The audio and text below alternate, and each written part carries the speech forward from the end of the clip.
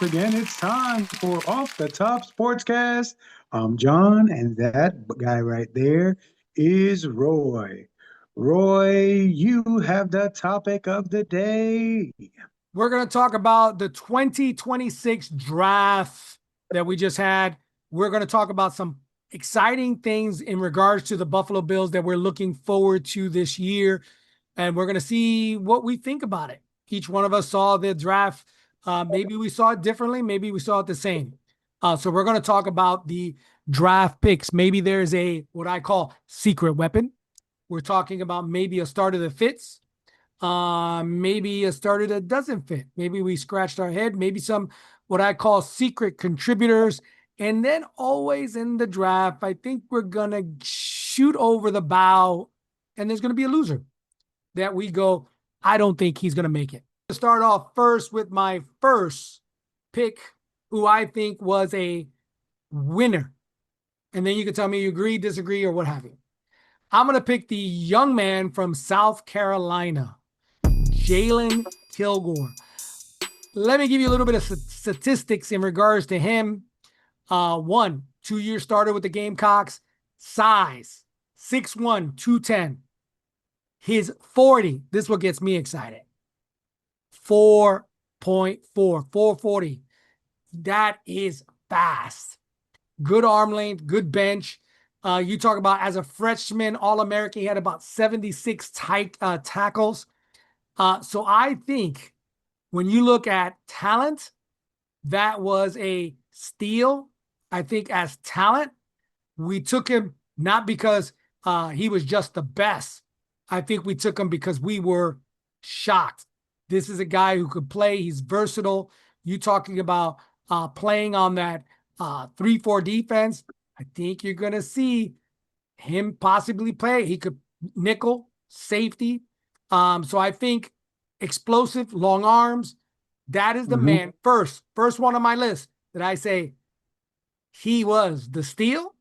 He will start and he will have an impact. I would agree. I was excited when I saw that safety. I feel like we've gone and a lot of our safeties were instinctive, that we've been kind of playing, and they grit tacklers and stuff like that. And we've gotten away from athletic safeties. And I think that he has the possibility, maybe not this year, but maybe next year, to really make an impact on this defense. And depending on how we play our fronts, like you said, with the new defensive look that we're going to get, I think he has a good chance of being a contributor for sure. I'm going to go with the guy that I didn't know too much about, but the more and more I research about him, the more and more that I hear about him, the more and more I'm like, yeah, this guy is what we needed.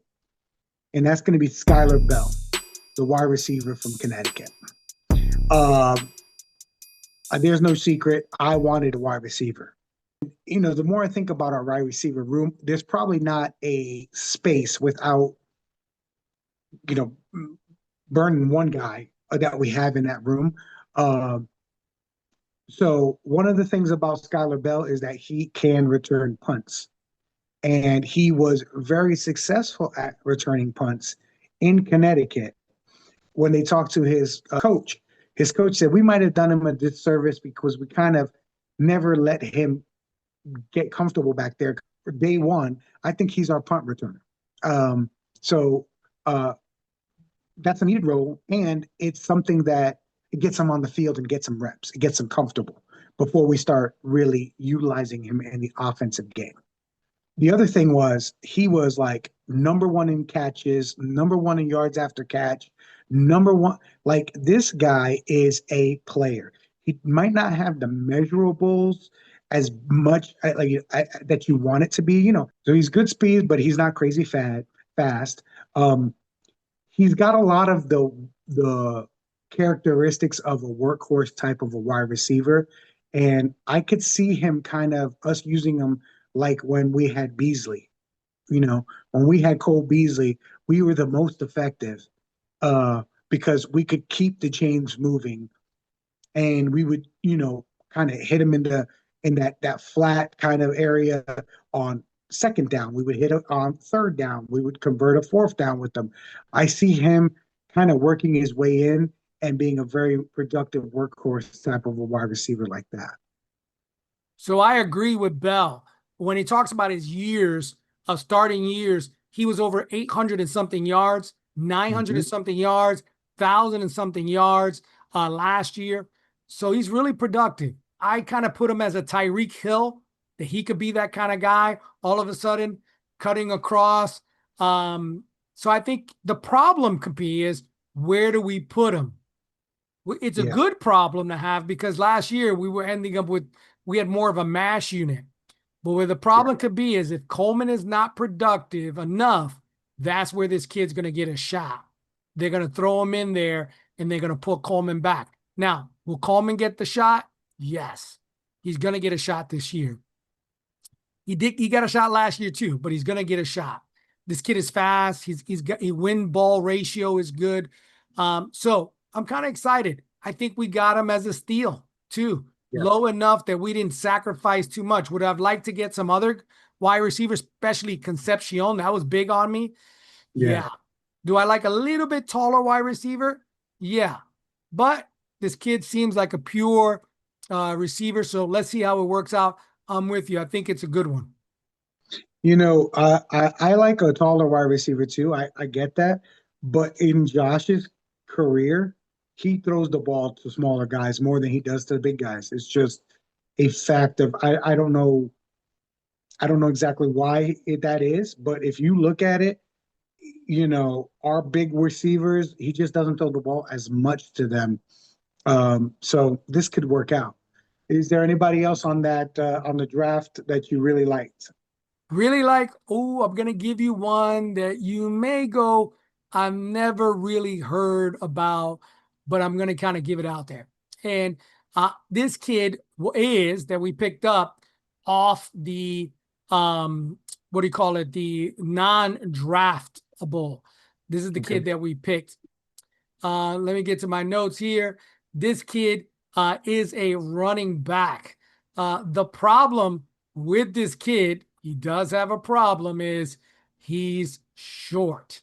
He's the kid out of Pitt that we got. He has about, you talk about as a sophomore, he had 13 touchdowns, 897 yards. He's a little dynamo. The problem is he's 5'6". That's what they have him down for. That is small. But the guy could catch, the guy could run. He's a little bit in that elusive stage. I like him. I think he's a nice pickup. I think he could possibly even make the team. Not at first. He's going to be on our practice squad. Sure. But I do think he can possibly get an opportunity to get out there. So I consider that, surprisingly as it is, the little hidden gem, or you could say the little engine who could. Yeah, they compared him to Darren Sproles, which made a lot of sense. His elusiveness is incredible. He's got some of the fastest feet. Think Kyler Murray, but a running back. I like the kid. Yes, it's going to be hard for him to get into this lineup. We got some running backs. We've got the three that start for us. We just picked up a fullback, and we also still have Frank Gore Jr., who I think he can. If any one of our running backs goes down, I think he steps in there, and I think our running back room keeps going relatively smoothly. If Ray goes down, or if Ty goes down, and Gore has to step up, I think he can fill the role when he's asked to fill it. I will tell you this, and it's hard to say that this guy is a steal, but I am in love with TJ Parker, our first pick of this draft.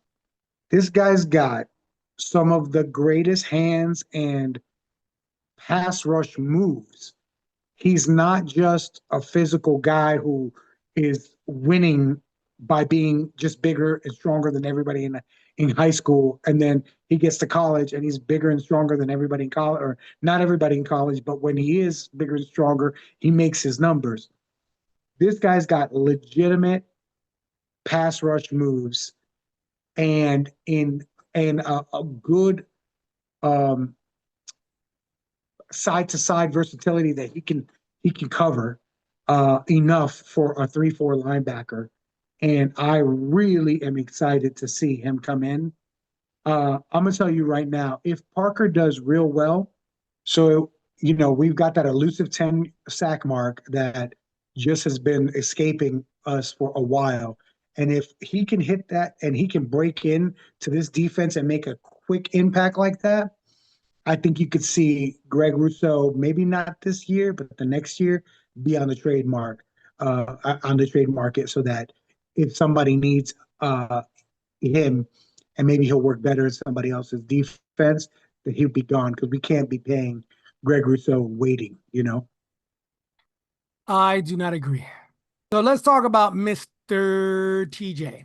Well, again, big guy, 6'3", 6'4", somewhere around there, 260, 263. That's what they got him at. Not extremely slow, but he's 4'6", which is good, fast.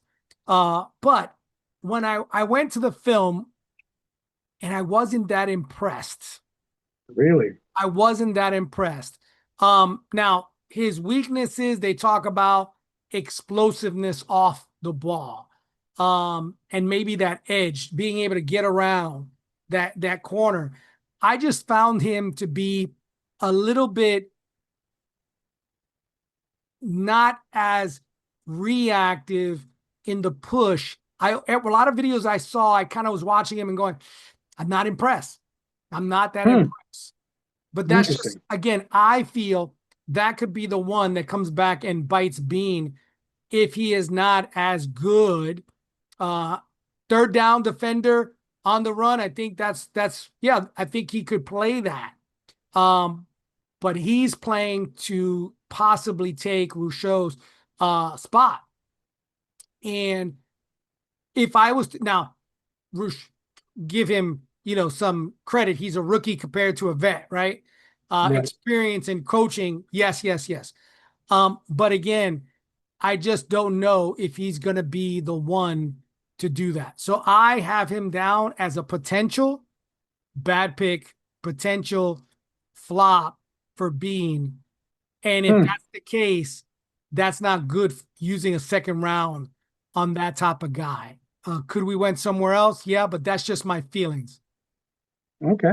Yeah, I mean, we'll come back to that this year, because especially as a 3-4 lineman, that he might not be playing with his hand in the dirt. I think that makes all the difference, because I think you're going to see the guy with his hand in the dirt a lot of times on that outside of that 3-4 is going to be Ed Oliver.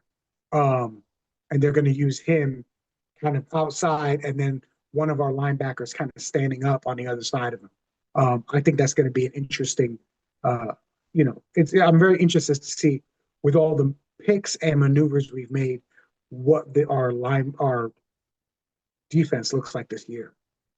Another one, I'm going to give you another one who I'm worried about, and we picked him high. I've watched some tape. Again, Davison from Ohio State. Big kid, but at times I saw him making up for, technically he had lost it, and he was making it up, fighting with the hands. He seemed a little grabby to me. And I was looking for that, because they were saying, hey, this is a problem. So I was saying, let me see if he's trying to hook the hip. What is he doing with his hands? And I kind of said, man, that could be a problem. Is he fast? Is he big? Yes. Yeah. But you're going to get dinged if you're too handsy with these wide receivers. You got to let them go. So if he can play the ball more than play in the sense of getting the ball, he's got the speed. I think he could be okay. But he's another one I'm a little bit worried about. Could he end up getting us more trouble because he's trying to make up stuff. So he's grabbing, pulling, hooking. And I've seen that on the videos. And I saw him sometimes get a little, I'm trying to make it up. So I'm worried about him too. Yeah. Yeah. I was a little confused on that as well. I didn't think at that point in the draft we needed to go corner. I thought it was I don't know, it was a weird pick for me as well. Um, I thought there were some other guys, like Rodriguez, some like a linebacker, a pure linebacker, not the kind of rushing linebacker I thought was out there. Um, uh, I'm interested to see how he develops. He has a lot of physical traits that I like. Big, he's strong, yes. And we know Buffalo's good at developing. I think the good thing is that he's not going to start right away because we've got starters. We've got we've brought guys over like the guy from Atlanta. We've drafted in the last couple years. We've got Max from last year. We've got Christian Benford. I think we brought back Trey White as a you know as a good senior statesman in that cornerback room, and a nice fail safe if he does have to play. We kind of know what we're going to get out of him. He's solid play. I wasn't crazy about the pick when they made it, and the more I looked into the kid, I was like, he's a little bit of a project. He has a lot of upside, but he's a little bit of a project. Yeah, I think I've watched his ability to, you know, come up, stop the run. You know what I mean? Mhm. I think that it could be, hey, they starting the run. He notices that. I think he'll be really good. He can hit. Um, Yeah, but he's gonna have to be because he's coached. big too. Yeah, Yeah. he's gonna have to be coached. Um, and he's fast, but I'm kind of at the point, could that be his end run of where he stays? But I think that's where he's going to be right now. And I'm hoping, again, overall, I was really happy. And again, I'm happy. I'm talking trash about Parker and Davison here. But overall, I thought Buffalo had a good overall pick. And Mhm. they got a lot of picks, a lot of guys. And with that, somebody's going to hit. Yeah. And I did like our offensive tackle that we picked up. The that I forget his name now. I thought he's solid. I thought it was I told you that we might go offensive tackle number Yeah. one this year. Um, and because we did lose our swing tackle, we did um, some of these guys are getting a little older, and so uh, I think he might, you might see him take over at guard, uh, and then maybe, when let's say Dion gets a little older or banged up or something, you might see him go out there and play tackle. Um, so I thought that was a really solid pick. I thought it was smart to at least get a young guy in the pipeline and kind of let him go because also, you think about it. Next year, are we going to pay Osiris Torrance? I think we are. That means that we're Let gonna be somebody go. cutting.